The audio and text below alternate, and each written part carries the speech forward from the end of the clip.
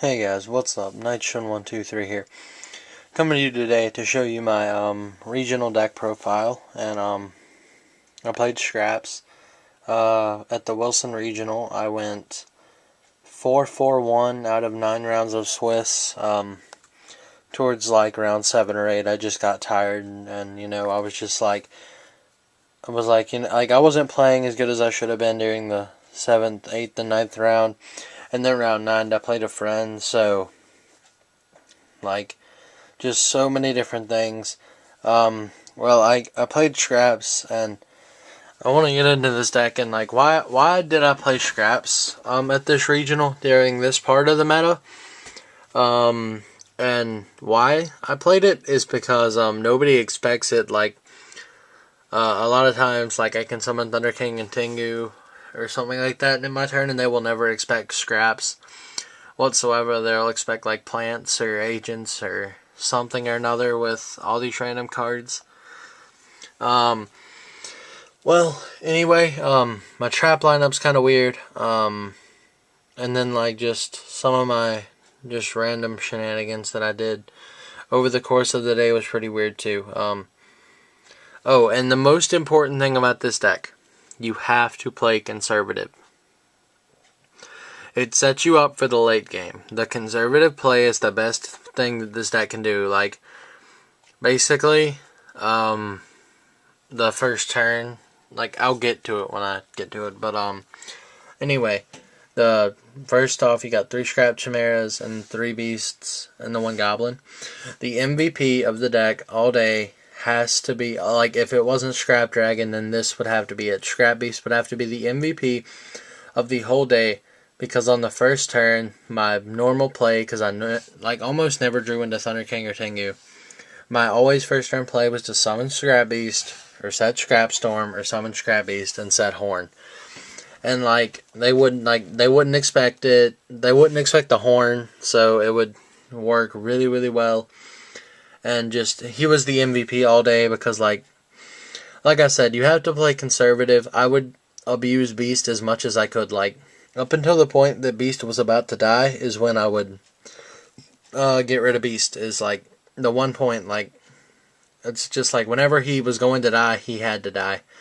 And then normally, before I ever started going with the Scrap Dragons, I would have 2 or 3 Chimeras in hand. So the conservative plays the traps need to play make the deck better. If you play it conservatively, the deck runs so much better. I've pulled out so many games just by dropping multiple scrap chimeras turns after turns in a row. When they would be warning, I would be okay, whatever. Next turn I would just do it again, and they would be oh my gosh, because they would have no idea that 1, I normally open with Chimera, and 2, I'm getting more to my hands multiple times. Anyway, so that's basically the scraps that you're running. The 3 Tengus really combos well with the Scrap Beast, because you can summon Beast and set Storm turn 1, and then they can set a card and set a back row. If you don't fear much, you can summon the Tengu and attempt to make Thought Roll or Stardust. It really is helpful. And then of course you can get Tengu and then pop it with Dragon and other plays. But he was really abusable when he did the work with Scrap Beast. He put in work too, and with the Horn. 2 Thunder Kings. My original build was running 3. I felt that with the meta, 3 was not. And then with the deck itself running 3, 4, 5 searchers, it wasn't as good as it could have been. And it was always dead, but I did not draw it as much as I wanted to. So, it was, I don't know. I'm probably, I wish I had sided another, but I didn't. So anyway, double Veiler. It's really good against Tour Guide. I swear I Tour Guided it. I swear I Veilered at least 4 or 5 Tour Guides the whole day. 1 Gores, dropped it maybe 3 or 4 times at least. I'm not positive. 1 Summoner Monk.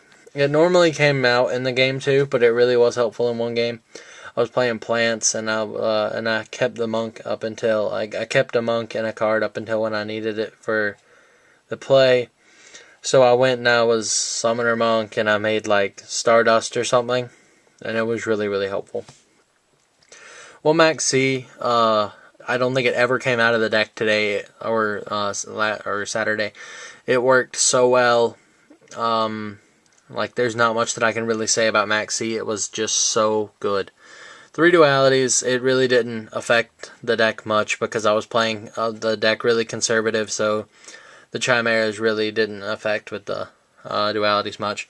3 Scrap Storms. One of my, out of the 2 cards, out of the combo with Scrap Beast, probably my second favorite because Horn's always sort of kind of better. With Scrap Storm, it's always optional to summon the Beast and set Storm and in turn. It works really, really well.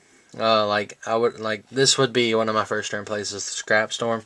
The 2 yards, really good for just getting Beast and Goblin when you need them. 2 MSTs, staple, Heavy staple, Monster Born staple, Dark Hole staple, Book of Moon. One, the deck was hard to find space for. And then Book of Moon really didn't do much in the deck. Mind Control, really good. Take stuff in Synchro, make Scrap Dragons, or overlay into Utopia. 3 Fiendish Chains. This card was so good all day. Summon Tour Guide, I could Fiendish Chain, summon Raven, or something like that, Fiendish Chains. It helped all day, and it really did stall through a lot of the games, too, with Fiendish Chain. Like, they would go and attack for aim, and I would Fiendish Chain, and, just so many good plays. 3 Horns, really comboed well with Scrap Beast and the Tengu. In one of my games, I was playing TG Stun. That was the round that I had a draw with. And, I summoned Tengu in set 2, and he summoned Tengu, and he attacked, and I flipped the Horn, and he thought I was playing the same deck. And then when I summoned Beast next turn and made Scrap Dragon with the Tengu, he was so surprised because he didn't have a response for it. The one time all day, because you have to ask for the anything on the attack for the Horn. Somebody actually responded when I said anything on the attack. They Book of Moon my monster, and it kind of made me sad. That was when I was playing Plants. I was really, really sad about that. That they had responded. Like, they actually responded to me saying that, which is something you don't get. 2 warnings. I only activated maybe 4 or 5 times. 1 does shoot and 1 call. You may be asking Mirror Force, Solemn. I didn't have room. I couldn't find the room and everything else. Solemn Judgment hurts you too much this format for me to activate it on really anything because I have warnings to negate pretty much everything.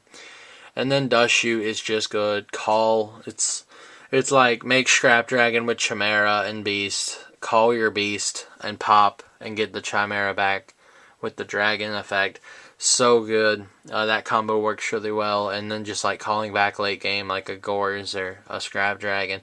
Just so good. Now I'm going to get into the side and extra. Pretty much